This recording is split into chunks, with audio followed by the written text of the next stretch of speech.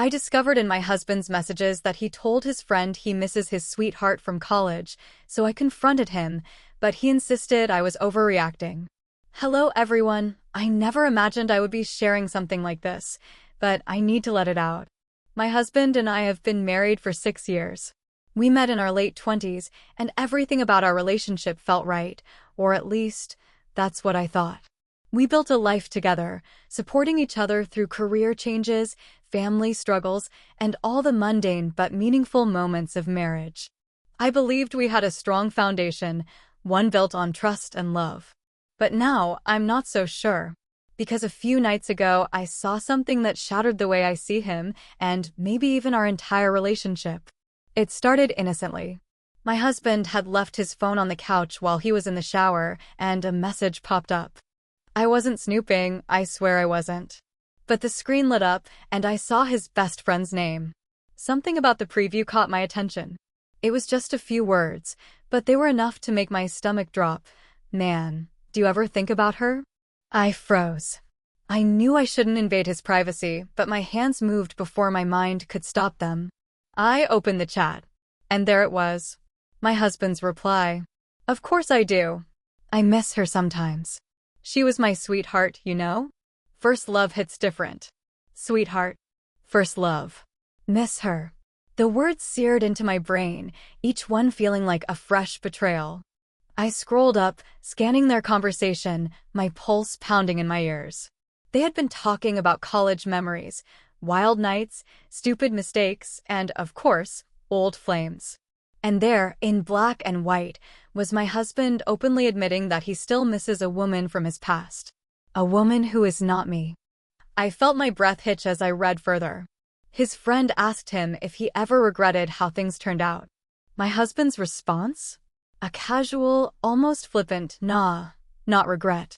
Just wonder sometimes. What if, what if? That was the moment something inside me cracked. I sat there, his phone growing hot in my hand, my own hands shaking. It felt like I had stepped outside my body, watching myself unravel. Had he been thinking about her all this time? Comparing our life together to what could have been? Was our marriage just a second choice he had convinced himself to settle for? I tried to breathe, to be rational. Maybe he didn't mean it like that. Maybe it was just nostalgia. But the pit in my stomach told me otherwise. You don't say you miss someone from your past unless a part of you still longs for them. You don't say what if unless a part of you wonders if you made a mistake. My mind raced back through the years, suddenly desperate to recall any signs I might have missed. Had he ever mentioned her before? Had I ever caught a wistful look on his face, a slip of the tongue? My heart hammered as I realized I barely even knew anything about this woman. I had always assumed she was just a blip in his past, someone he had moved on from. But now, I wasn't so sure. I looked at the time. He would be out of the shower soon. My throat was dry, my chest tight. I knew I had to act normal, at least for the moment. I placed his phone back exactly as it was, my fingers trembling as I did. I stood up, forcing myself to walk to the kitchen, trying to steady my breathing. I gripped the edge of the counter, my nails digging into the surface. How long had he been feeling this way? How long had I been living in ignorance, thinking I was the only one who held his heart? When he finally walked out of the bathroom, fresh-faced and unaware that my world had just shattered, I felt a wave of resentment so strong it nearly choked me. He smiled at me like everything was normal, like he wasn't harboring feelings for someone else. I wanted to scream at him right then and there. I wanted to demand answers. But I couldn't. Not yet. Instead, I forced a smile, my lips barely moving. Hey, he said, walking over to me, pressing a light kiss on my forehead. His touch, which had always felt comforting, now burned. I swallowed hard. Hey, he had no idea. No idea that everything had changed in an instant. I spent the rest of the night in silence, nodding at the right moments, pretending to be engaged in whatever meaningless TV show we had put on. But inside, I was unraveling. I needed to know more. I needed to understand exactly what I was dealing with. So, while he slept peacefully beside me, I did something I never thought I would do. I went through his phone again. I needed more. More proof, more context. Something to tell me whether this was just a fleeting thought or if my marriage was built on a lie. And what I found, it was worse than I ever could have imagined. I lay there in the dark, my husband's steady breathing beside me, my mind racing through every possibility. My heart pounded so loudly I thought it might wake him. But nothing could have stirred him from his peaceful sleep, because unlike me, he wasn't living in a nightmare. I held his phone in my trembling hands, my thumb hovering over the screen. My stomach churned with guilt, but the pain of uncertainty was worse. I had to know more. So I went deeper. I scrolled through old messages, scanning for any mention of her. The woman who still lived in his mind. The woman he missed. At first, there was nothing obvious, just casual chats with his friend, jokes about work, updates on life. But then I found it. A conversation from months ago. Him. I had a dream about her last night. Friend. Damn. What kind of dream? Him. Nothing crazy, just we were talking. It felt so real, man. Like I was back in college. Like I could reach out and touch her. Woke up feeling weird. Friend. Damn, bro. You sure you're not still in love with her? Him. It's not like that. It's just. I wonder sometimes, you know? Friend. Regrets? Him. Not exactly. I love my wife. But some nights, I think about how different life would be if things had gone another way. I dropped the phone onto my lap as if it had burned me. It wasn't just some passing thought. It wasn't just nostalgia. He dreamed about her. He woke up feeling weird.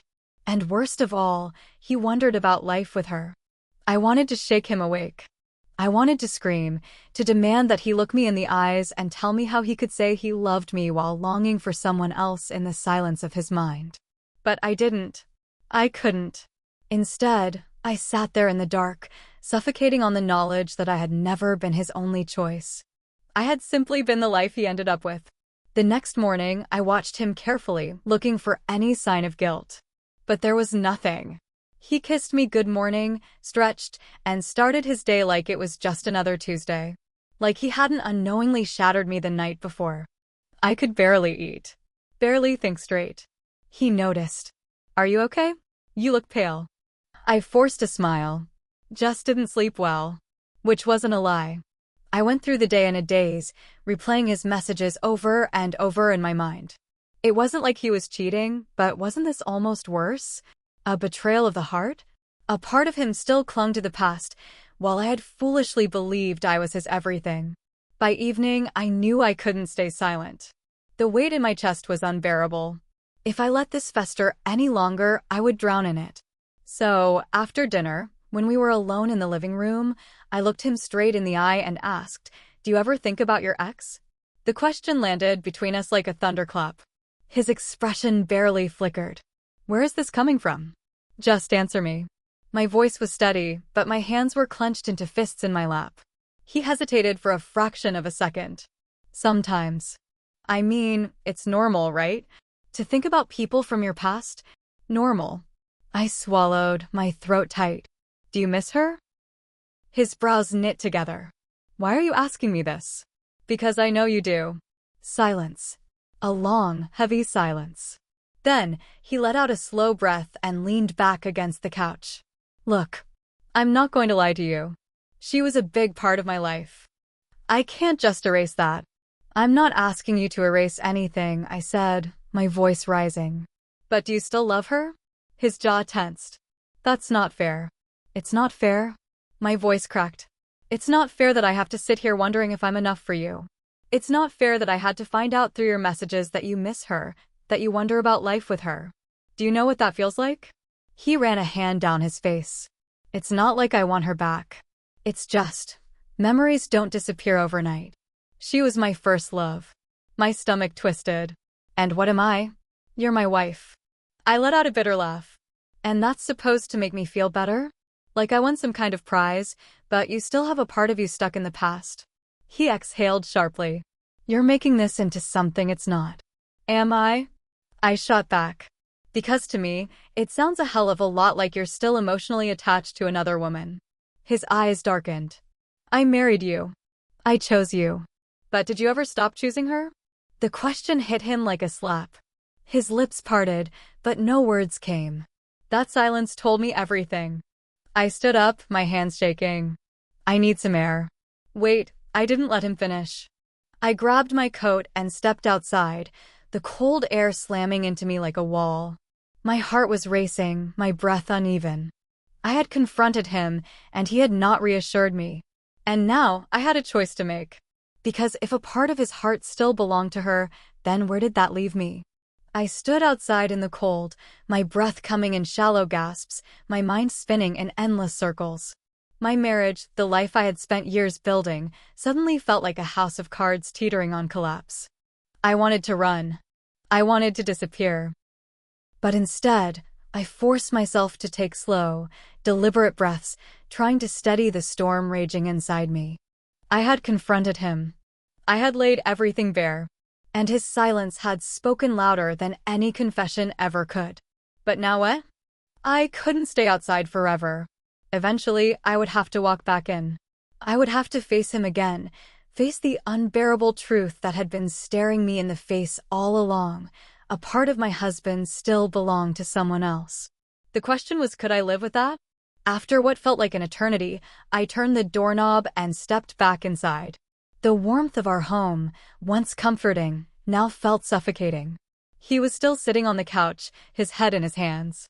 When he heard me come in, he lifted his gaze, his expression unreadable. "Where did you go?" he asked, his voice tight. "Just outside," I murmured. A long silence stretched between us, thick and heavy. I could tell he was waiting for me to say something, to start the next round of this impossible conversation. I sat down across from him, my heart still pounding. "I need you to be completely honest with me," I said, my voice steady despite the war inside me. No half-truths. No trying to protect my feelings. Just the truth. His throat bobbed as he swallowed. "Okay." I hesitated for only a second before asking the question I had been too afraid to say out loud. "If she showed up tomorrow and told you she wanted to be with you, would you leave me?" His face paled. His fingers clenched into fists on his lap. "That's not fair. But it's necessary."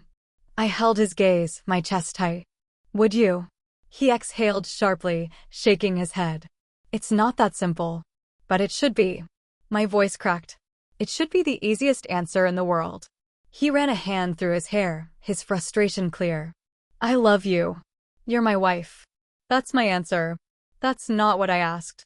His jaw clenched, and for a moment I thought he wouldn't answer. But then, barely above a whisper, he said, "I don't know." I felt the ground beneath me shift. My worst fear spoken into existence. I let out a shaky breath, my vision blurring with tears. "Do you hear yourself?" I whispered. "Do you realize what you just said?" He buried his face in his hands. "I don't want to lose you. But I've already lost you, haven't I?" I said bitterly. "At least part of you. And I can't keep fighting against a ghost. I shouldn't have to." He looked up, his eyes pleading. "I'm not asking you to." "But you are," I said, my voice breaking. "Every single day that you hold on to her in your heart, you're asking me to live with the knowledge that I'll never fully have all of you." Tears burned in my eyes, but I refused to let them fall. "I can't do it," I admitted, my voice barely above a whisper. "I can't live like this, constantly wondering if I was just the safer choice, if you would leave if circumstances were different. I can't be in a marriage where I have to question whether I'm truly enough." His face crumpled. "Please, don't say that." "I love you," I continued, my voice raw. "But I love myself, too. And I deserve a love that isn't haunted by the past."